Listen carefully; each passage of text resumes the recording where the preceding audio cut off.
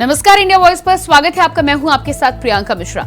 झारखंड में ईडी की कार्रवाई से मंत्री आलमगीर आलम की मुश्किलें बढ़ती दिखाई दे रही हैं, जहां लगातार दूसरे दिन ईडी की पूछताछ जारी है और मंत्री आलमगीर आलम के साथ ही आसपास जुड़े तंत्र की कुंडली खंगालने का काम किया जा रहा है, जिसके बाद जहां जहांगीर आलम की करतूते से खुद को अनजान करार दे रहे हैं, तो वही पीएस संजीव लाल का बयान ईडी के लिए मजबूत कड़ी साबित हो रहा है। जिसके बाद देखना यह है कि ईडी की जांच में आगे कौन कौन करप्शन कांड में लिप्त पाया जाता है और कौन दूध का धुला।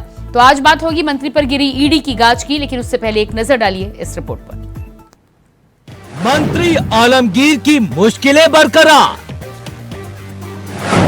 ईडी लगातार कर रही पूछताछ पर पूछताछ।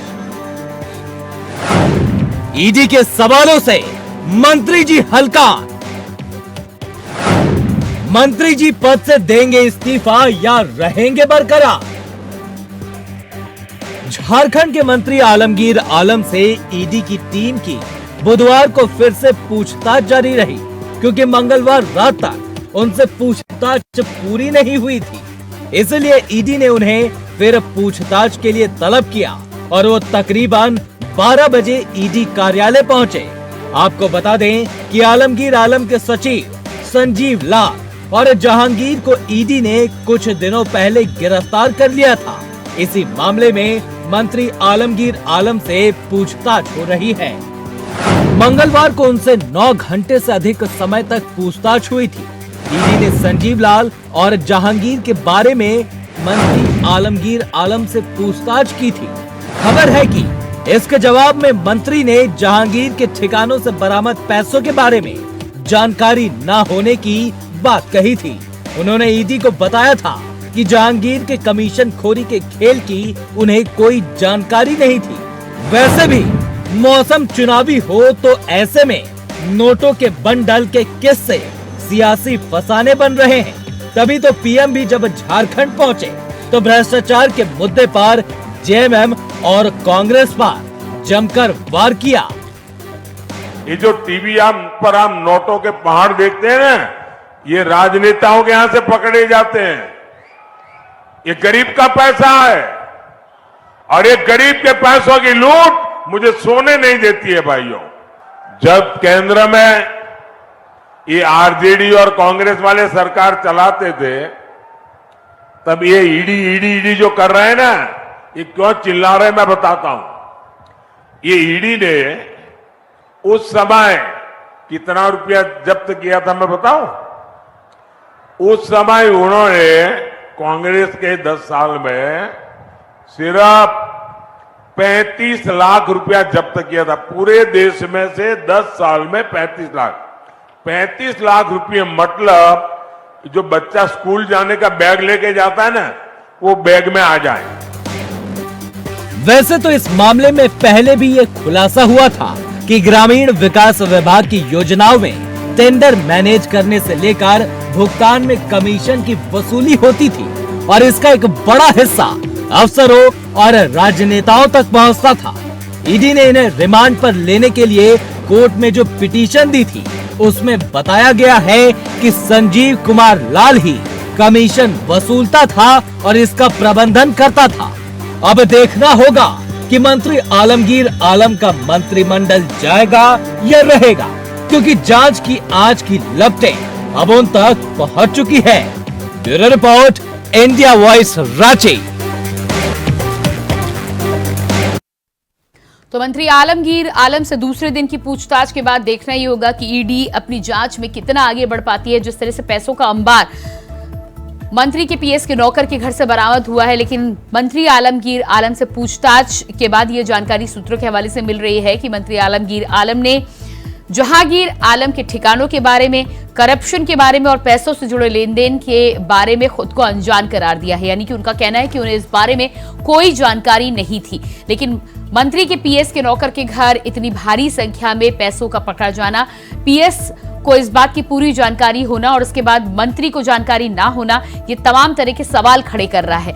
देखना ये होगा कि आज दूसरे दिन की पूछताछ में ईडी को क्या क्या जानकारी निकलकर सामने आती है, कहां तक ईडी अपनी जांच में आगे पहुंचती है और उसके बाद करप्शन से जुड़े तार झारखंड में जो अलग अलग जगहों पर फैले हुए हैं और जिनके सबूत समय समय पर पैसों के अंबार के रूप में मिलते रहते हैं, ये तार और कितनी दूर तक पहुंचते हैं, जड़ें कहां तक गहरी हैं, इस बारे में आगे की जांच में पता चलेगा। लेकिन इसी पर आज हम करेंगे बातचीत। तो मंत्री से पूछताछ के लिए एक बार फिर से मंत्री को आज तलब किया गया। ईडी दफ्तर में मंत्री आलमगीर आलम से पूछताछ चल रही है।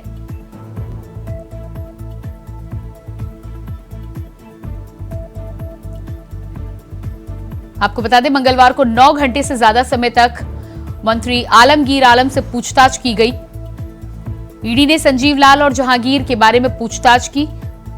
मंत्री के पीएस संजीव लाल ने ईडी से अपनी बातचीत के दौरान, ईडी से अपने जांच के दौरान इस बात को कबूला था कि पैसों का जो अंबार जहांगीर आलम के घर यानी कि मंत्री संजीव लाल के नौकर के घर बरामद हुआ है, वो अंबार टेंडर के बदले लेन देन से जुड़े पैसों का है, यानी कि टेंडर के बदले करप्शन से जुड़ा वो पैसा है जो पकड़ा गया है। 35 करोड़ रुपए पीएस संजीव लाल के नौकर के घर पकड़े गए हैं। इसके अलावा संजीव लाल के घर पर 10 लाख और अन्य लोगों के घर पर 2 और 3 करोड़ की बरामदगी झारखंड में ईडी के द्वारा की गई है।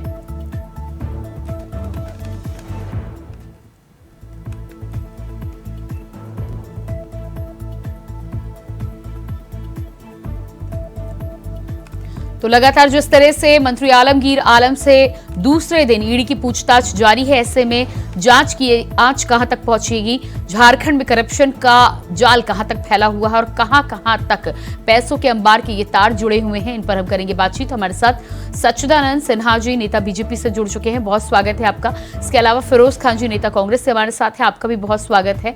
और डॉक्टर इंदुकांत दीक्षित जी, राजनीतिक विश्लेषक, हमारे साथ जुड़ चुके हैं, आपका भी बहुत स्वागत है।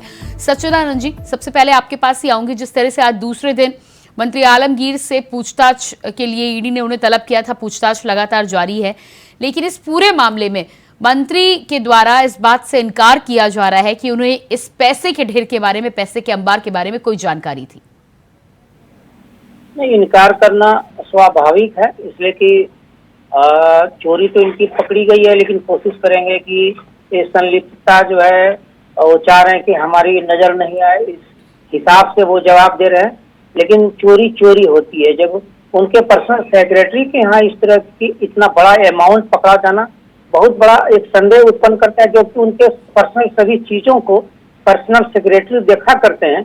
और आलमगीर आलम कोई मामूली नेता नहीं है, एक कदावर नेता है और इनका जो कार्यक्षेत्र बहुत बड़ा, और इतने जो रुपये निकले हैं, पूछताछ के क्रम में यह पुष्टि निश्चित रूप से होगी और इनकी जो मंत्री पद है वो निश्चित रूप से जाएगी। और झारखंड में मुझे लगता है कि जो मंत्री, जितने भी मंत्री हैं, इसमें भी एक बहुत बड़ा एक रैकेट सामने आएगा कि किन से कितने रुपये लिए गए थे।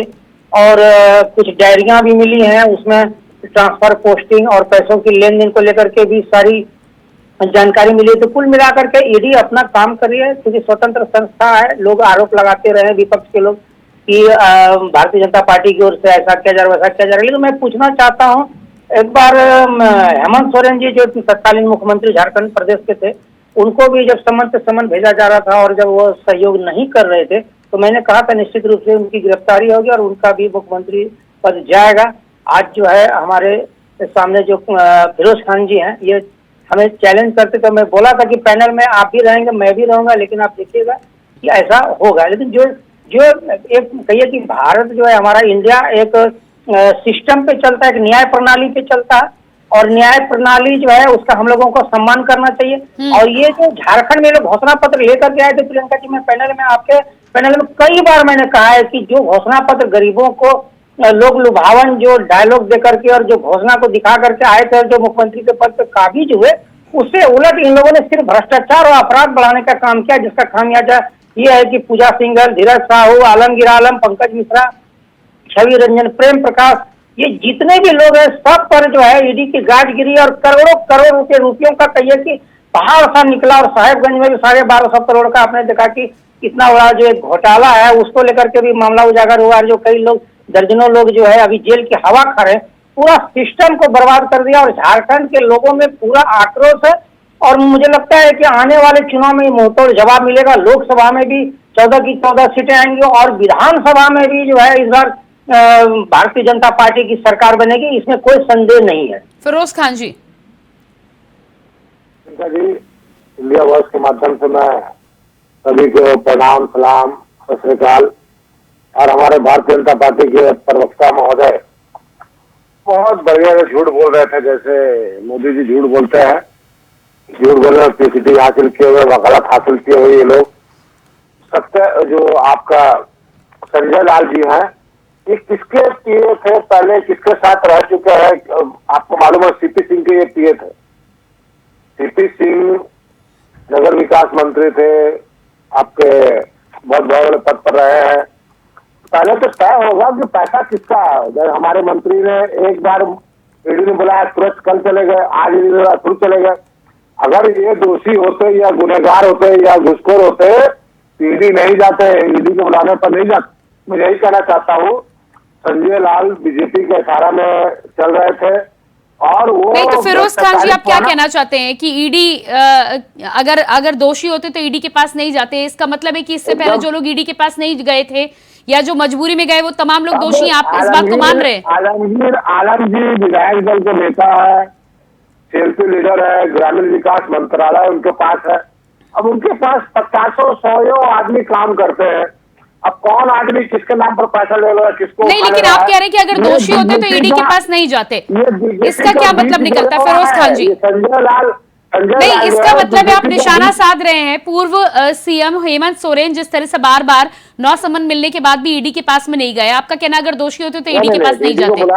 मुख्यमंत्री थे, राज्य के मुख्यमंत्री थे, बिजी थे, चुनाव था, उनके परिवार में उनके फादर बीमार थे, ईडी के पास गए कि नहीं गए? बहुत दिलेरी के साथ इस्तीफा दिया, गए, अब फेस कर रहे हैं।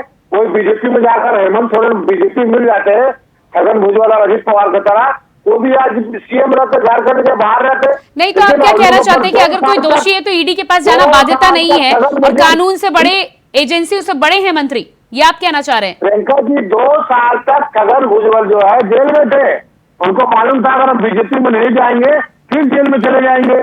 शुभेंदु अधिकारी जो ममता बनर्जी के साथ थे, वो देखे कि वो चिटफंड घोटाला, कोलकाता का सबसे बड़ा चिटफंड घोटाला का मुख्य आरोपी है, वो बीजेपी में चले गए, विधायक दल के नेता, प्रदेश अध्यक्ष है। सच्चिदानंद जी अपना पॉइंट रखिएगा आप। बीजेपी का खेला चल रहा है, या तो मेरे पास आओ या ईडी के माध्यम से आप जेल जाओ। अगर करोड़ों प्रदेश में निकल रही है, लेकिन ये मानने के लिए तैयार ही नहीं है कि ये पैसे जो है आलमगीर आलम जी के। और आप चिंता न करें, आप और बहुत जल्द ये पुष्टि हो जाएगी कि आलमगीर आलम जी के ये पैसे हैं और उनके पास कहाँ जुड़े हुए हैं, ये पता चल जाएगी। आपको आज की जरूरत नहीं पड़ती है, आप थोड़ा धैर्य बना कर बहुत जल्द ये सारा क्लियर हो जाएगा। ये पैसे किसके हैं? आप लोगों ने पूरे दलित समाज और आदिवासियों को ठगने का काम किया। जिस आदिवासी के बेटे का सवाल लेकर के मुख्यमंत्री के पद पर शामिल कराया, पूरे झारखंड प्रदेश में सुविधाएं से जो लोग वंचित है, बिजली पानी हो रहा है, उसके उलट भ्रष्टाचार और अपराध बढ़ाने का काम किया। इसका खामियाजा आप लोग देख रहे हैं। दिन ब दिन आए दिन हमेशा करोड़ों रुपए जो है पकड़े जा रहे हैं और आप दिखाई देते जा रहे हैं कि ये हमारा पैसा नहीं है, हमारा पैसा नहीं है। लेकिन आप चिंता नहीं करें, पूछताछ के बाद इसी पैनल में मैं आपसे फिर पूछूंगा ये पैसे किसके हैं नहीं है, ये पुष्टि होगी, निश्चित रूप से पुष्टि होगी। अब उनका स्टाफ का घर से पैसा निकला, उसका स्टाफ बताएगा और उसका स्टाफ बनेगा। 35 करोड़ रुपए कोई आम नहीं होते हैं, आपको जानकारी होना चाहिए कि इतना। नहीं फिरोज खान जी, अगर आपको लगता है कि मंत्री दोषी नहीं है, मंत्री को इस बारे में कोई जानकारी नहीं है, लेकिन सरकार तो आपकी है ना। अगर सरकार बीजेपी की होती तो आप सवाल उठा सकते थे कि कहां से आए, आपको जानकारी नहीं है। सरकार आपकी है, तंत्र आपका है, अगर आप ये कह रहे हैं कि आपके नहीं है तो आप ये बता दें कि किसके हैं। संजय लाल 4 साल तो हुआ मंत्री के पास, बीजेपी के पास 10 साल से पड़ा, 15 साल से। अरे फिरोज खान जी आपका कहना है कि 4 साल से मंत्री के पीएस के नौकर के घर पे वो 35 करोड़ रुपए पड़े हुए हैं और आपके तंत्र को इसकी कानो कान भनक नहीं लगी और 4 साल से वो पैसा सुरक्षित उस कमरे में बैग में भरा रहा, यही कहना चाहते हैं आप? आपके घर में कितना गहना, कितना सोना, कितना पैसा, हमको कैसे मालूम चलेगा? अरे 35 करोड़ तो फिरोज खान जी 35 करोड़ तो कहीं नहीं होते। इतनी बड़ी रकम 35 करोड़ से फिरोज खान जी को जानकारी का अभाव है। इतना मोटा रकम घर में कोई रखता है क्या? प्रोटोकॉल भी है कि आप नगद एक जो है सीमा तक ही रख सकते हैं। फिरोज जी आपको जानकारी का अभाव है। आप जानकारी आपको 35 करोड़ रुपए कोई मामूली रकम नहीं होती। नहीं, इसका मतलब है कि कहीं ना कहीं मंत्री के पीएस का नौकर इस बात को लेकर आश्वस्त था कि वो घर में कुछ भी रखे, ना कोई छानबीन होगी ना जांच होगी। यही वजह है ना। अगर पैसा रखा भी था तो आपको क्या लगता है कोई आम आदमी तो 35 करोड़ तो फिरोज खान जी नहीं मिलेगा? आपको लगता है किसी आम आदमी के घर पर 35 करोड़ रुपए रखा रह सकता है 4 साल? संजय लाल बताएंगे आपको। नहीं, आप मुझे बता दें, झारखंड में किसी आम आदमी के घर पर आपको पैसा मिल सकता है क्या? क्या रख सकता है वो पैसा 4 साल अपने घर में? आप बता दें। बीजेपी का पुराना 500 मंत्री का ऊपर आरोप लगा हुआ, ईडी उसके थोड़ी जाएगी जमा बनने, सीबीआई उसके थोड़ी जाएगा। ये बहुत अच्छी बात है कि आप पहले बीजेपी के खिलाफ है। नहीं, पहले एजेंसियां जब जांच करें तो आप सवाल उठाएं, और जब इस तरह के सबूत निकलकर सामने आए, पैसा निकलकर सामने आए तो पल्ला झाड़ लें आप। आती हूँ मैं आपके पास में। डॉक्टर इंदुकांत दीक्षित जी, डॉक्टर इंदुकांत दीक्षित जी, मेरी आवाज पहुंच रही है आप तक? जी प्रियंका जी। जी डॉक्टर इंदुकांत दीक्षित जी, फिरोज खान जी जिस तरह से कह रहे हैं, पहली बात तो उनका कहना है पैसा उनका नहीं है। दूसरी बात वो एक बड़ी हास्यास्पद बात कहते हुए नजर आ रहे हैं कि 4 साल से, क्योंकि इससे पहले पीएस और नौकर जो हैं वो दूसरे मंत्री के साथ में काम करते थे, तो उनका कहने का मतलब है कि पैसा उनका भी हो सकता है। क्या इस बात में सच्चाई है कि 4 से 5 साल आप करोड़ों रुपए अपने घर में रख सकते हैं इस तरह? जी प्रियंका जी नमस्कार। हमारे जो सहयोगी लोग हैं सच्चिदानंद जी और फिरोज जी को भी नमस्कार। देखिए फिरोज जी जिस पार्टी को डिफेंड कर रहे हैं और जिस तरह से डिफेंड कर रहे हैं उसकी तो दाद देनी पड़ेगी। देखिए आलमगीर आलम जी इतने सीनियर लीडर हैं, कितने सालों से वो विधानसभा अध्यक्ष भी रह चुके हैं झारखंड के, और 4 वर्ष से, आपने बिल्कुल सही सवाल उठाया कि 4 वर्ष से वो मंत्री हैं और उनके पीए और उनके पीए के नौकर के पास इतनी राशि है। जिस सरकार के इतने सीनियर मिनिस्टर के कर्मचारियों के पास इतने करोड़ रुपए पड़े हैं और उन्हें कानों कान भनक नहीं है जैसा कह रहे हैं फिरोज जी, तो आप सोचिए उस सरकार का क्या आलम होगा। इसीलिए इनका नाम आलमगीर आलम है। आप किसी के पास, आप ये देखिए कि परंपरा से यहाँ बन गई कि जिस तरह से इनके यहाँ ग्रामीण विकास और तमाम क्षेत्रों में जो सड़क निर्माण के इंजीनियर थे वीरेंद्र राम जी, करोड़ों रुपए पकड़े गए। उनको जब ईडी ने पकड़ करके उनको बुलवाया तब ये धीरे धीरे सबके नाम निकल रहे हैं। और सही आपने कहा, इन्होंने अपने डिफेंस में कहा कि अगर उनकी पास साफ गोई नहीं होती तो ईडी के सामने थोड़े जाते, और ये बिल्कुल सही इन्होंने निशाना साधा कि मुख्यमंत्री इसीलिए ईडी के पास नहीं जा रहे थे। अल्टीमेटली ईडी ने घेर कर उनको जब पकड़ा तो आज देखिए क्या हाल है।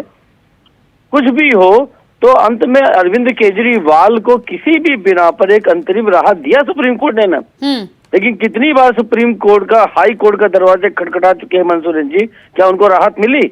और सबसे बड़ी बेशर्मी की बात यह है कि आप ये देखें कि आपके सहकर्मियों के पास जब 4 साल बाद इन्होंने कहा कि सीपी सिंह के साथ भी उन्होंने काम किया, तो भाई आपने उस समय विपक्ष के नेता के तौर पे या विपक्षी पार्टी के तौर पे क्या किया? अगर इतना भ्रष्टाचार सीपी सिंह कर रहे थे और अब उनके आदमी 4 साल बाद इतना नोट लिए पकड़े गए, तो अब आप सीधे सीधे आरोप लगाइए, साबित करिए। आपकी सरकार है, आपकी एजेंसी है, पुलिस है, और पुलिस आपकी क्या कर रही थी, आपकी क्राइम ब्रांच क्या कर रही थी, सीआईडी क्या कर रही थी कि आपके मंत्री के घर पे, उनके पीए के घर पर 32 करोड़ पड़े थे। आपको याद होगा कि किस तरह से कांग्रेस लीडर के पास 354 करोड़ कैश पकड़ा गया, तो कांग्रेस नेता ने यह बहाना किया कि सारे सफेद पैसे हैं हमारे पास, जमा करने वाला जो कर्मचारी था बैंक में वो नहीं था, छुट्टी पे था लगातार या बीमार था, इसलिए 354 करोड़ पड़ा हुआ। फिरोज खान जी तो उसे भी डिफेंड करते थे। उनका कहने का मतलब था कि पकड़ा गया लेकिन सरकार कुछ बिगाड़ नहीं पाई। इसका मतलब है वो सारा पैसा व्हाइट मनी था। अब आप ये देख लेना कि 354 करोड़ का क्या बहाना दिया गया था कि आदमी नहीं था जमा करने के लिए, अब उसकी प्रोसेस चल रही है। और ये इस तरह के भ्रष्टाचार जब होते हैं तो जनता कई बार सोचती, हम आप भी सोचने को मजबूर होते हैं कि हम लोग इतनी मेहनत करते हैं, इतनी मशक्कत करते हैं, फिरोज जी इतनी मेहनत से यहाँ डिफेंड करते हैं अपनी पार्टी को, और इनके पास करोड़ों रुपए की गड्डियां कहाँ रखी है, कितनी रखी है, कहाँ गिरी है, कितना कहाँ पड़ी है, इसका अंदाजा ही लग पाता है। मतलब कितनी ऊंच और कितनी नीच समाज में है। जी फिरोज खान जी जवाब दीजिएगा अब आप। नहीं, इंदु खान जी का मैं एक ही जवाब देना चाहता हूँ कि संजय लाल बीजेपी के जो सीपी सिंह मंत्री थे और भी बहुत सारे बीजेपी के नेता थे, उनके पीएचडी रह चुके हैं। अब किसके घर में क्या है, कहाँ पर क्या रखा है, क्या पैसा रखा हुआ है, वो पैसा कब का है, वो तो संजय लाल बताएंगे। अरे फिरोज खान जी, संजय लाल बता रहे हैं उसी के आधार पर जांच हो रही है। रोना रोना बहुत आसान है। संजय लाल ने कहाँ बताया? संजय लाल ने बोला कि संजय लाल ने इस बात को कबूल किया है कि टेंडर के बदले लेन देन होता है और उसी के लिए ये पैसा रखा गया था। अच्छा, आलमगीर आलम का नाम लिया? नहीं, आलमगीर आलम का नाम अभी नहीं लिया है, लेकिन वो तो जांच में निकल के सामने आ जाएगा। वो जांच में निकल के सामने आ जाएगा तब मुझे यकीन है आप उसके लिए भी कुछ कहेंगे। लेकिन आप मुझे ये बताइए, नहीं फिरोज खान जी, आप कह रहे हैं ना, बार बार आप पुरानी सरकार की बात कह रहे हैं ना। जब संजीव लाल ये कहते हुए पाए जा रहे हैं कि टेंडर के बदले ये लेन देन का, करप्शन का मनी है, तो आप बताइए 4 साल पहले जो टेंडर होता था उसका पैसा रखा है क्या? जाहिर सी बात है कि टेंडर भी अभी दिए जा रहे होंगे, तो पैसों का लेन देन भी आपकी सरकार में ही होगा। के बड़े नेताओं से पूरा साठ गांठ है। संजय लाल का, निशिकांत दुबे हो, सीपी सिंह हो, चाहे रघुवर दास, सबसे इनका साठ गांठ बढ़िया है। अब ये पैसा कब का है, किसका? संजय लाल से कड़ाई से पूछताछ ईडी करेगा। अगर निष्पक्ष जांच होगा, निष्पक्ष नहीं, निष्पक्ष जांच तो हो रहा है। आप कहाँ जांच करा रहे हैं? ईडी जांच कर रही है ना। अब तो आपको मानना पड़ेगा। ईडी किसके अधीन आती है? बीजेपी के अधीन में आती है। बीजेपी के इशारा में काम कर रही है ईडी। मेरे और आपको इशारा में काम कर रही है। ईडी किसी के अंतर्गत आती है? पैसे किसके, ये बता दीजिए आप। संजय लाल के। संजय लाल के पैसे हैं, आप ये मान रहे हैं? हाँ, बिल्कुल। हाँ, और संजय लाल ने 4 साल से सहेज के ये पैसे रखे कि मंत्री आलमगीर आलम को फंसाएंगे 4 साल बाद। फंसाएंगे क्या करें? संजय लाल बताएंगे ना कि पैसा किसका है, कहाँ से आया है। अरे फिरोज खान जी, मंत्री के पीएस, पूरे तंत्र को भनक नहीं लगती आपकी सरकार। करप्शन के स्टेज पर तो फेल है ही है। पुलिस और सीबीआई और इंटेलिजेंस भी है, वो भी कहीं ना कहीं फेल निकली है। जो राज्य में इतना पैसा इतना अंबार भरा रहता है और उसकी जांच फिर एजेंसियां करती है, आपकी सरकार को, आपके तंत्र को भनक नहीं लग पाती। सच्चिदानंद जी जवाब दीजिएगा। घर में कितना पैसा, कितना जेवर, कितना खजाना है? फिरोज खान जी, पुलिस सीबीआई एजेंसीज अगर होती हैं, उनका गठन किया जाता है तो इसलिए किया जाता है ताकि आप नेता बनकर बैठे और उसके बाद कहें कि मेरे घर में कितना है, ये पता लगाना सरकार के लिए मुश्किल है। नहीं, एकदम नहीं, अगर ऐसा है तो फिर तंत्र में प्रशासन की क्या आवश्यकता है? फिर तो आप सीधे कह देना कि प्रशासन कोई काम नहीं करता। फिरोज खान जी, सच्चिदानंद जी आप जवाब दीजिएगा इस पर।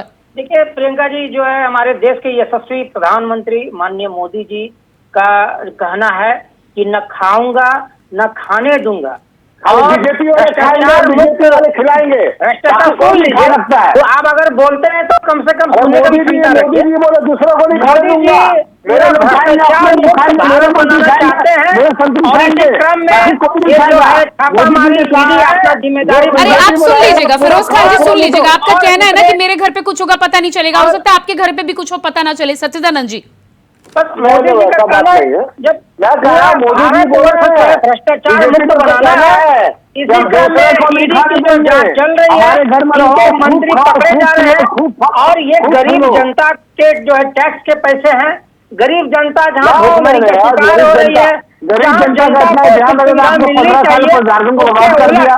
ये जितने भी मंत्री हैं, जितने भी झारखंड प्रदेश में आप जो मंत्री देख रहे हैं, जितने लोग आए हैं, आज 4.5 साल से ऊपर होने को है, विकास तो दूर, सिर्फ लूट खसोट करने का काम किया है। ये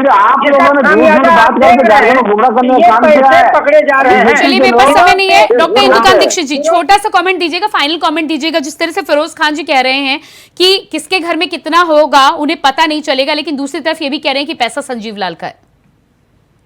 देखिए, ये तो बहुत विचित्र बात है और आपने सही सवाल उठाया कि अगर 4 साल से उनके पास इतना नकदी पड़ा हुआ था और इनका पूरा सरकारी तंत्र उसको भांप नहीं सका, उसका अंदाजा नहीं लग सका, और ऐसे व्यक्ति को अपने साथ इतना सीनियर मिनिस्टर रखता रहा 4 साल से, तो सरकार कैसे चला रहे होंगे इसका अंदाजा लगाइए। और सिर्फ एक बात और ऐड कर दूं कि यही आलमगीर आलम जी हैं जब विधानसभा अध्यक्ष थे यहाँ पे प्रारंभिक दिनों में झारखंड में, तो उनपे आरोप है कि उन्होंने विधानसभा में लगभग 300 लोगों को अवैध ढंग से अपॉइंट किया और उसकी जांच करके जस्टिस विक्रमादित्य प्रसाद ने रिपोर्ट दे रखी है और उसमें भी तमाम बड़े पैमाने पर घूसखोरी हुई। तो ये सब चीजें बताने के लिए पर्याप्त है कि ये सरकार कैसी। और एक सवाल छोटा सा सिर्फ पूछना चाहते हैं खान साहब से कि अगर वो साफ सुथरे थे और ये बेईमानी कर रही थी बीजेपी, तो माननीय राहुल गांधी जी की जो रैली हुई पॉलिटिकल यहाँ पे चुनाव के लिए, उसमें आलमगीर आलम जी को मंच पे क्यों नहीं रखा गया? इसका जवाब देंगे? चलिए, इसका जवाब अभी फिरोज खान जी देंगे भी नहीं और समय भी हमारे पास नहीं है, लेकिन आगे आने वाली जांच में तमाम खुलासे ईडी जरूर करेगी। फिलहाल आप सभी का बहुत बहुत धन्यवाद। सच्चिदानंद जी, फिरोज खान जी, डॉक्टर इंदुकांत दीक्षित जी, बहुत धन्यवाद जुड़ने के लिए। तो जिस तरह से झारखंड में पैसों का अंबार तो निकला है, लेकिन इस अंबार को लेकर नेता की तरफ से आरोप प्रत्यारोप का दौर जारी है और उसे एक दूसरी पार्टी का बताया जा रहा है। देखना ही होगा कि दूसरे दिन आलमगीर आलम से पूछताछ के बाद ईडी को क्या कुछ सबूत निकलकर सामने आते हैं और जांच की ये आंच और कहां-कहां तक पहुंचती है। झारखंड में पैसों का अंबार और कहां-कहां मिलता है। फिलहाल हमारे इस खास कार्यक्रम में इतना ही। खबरों के लिए बने रहिए इंडिया वॉइस के साथ। मुझे दीजिए इजाजत। नमस्कार।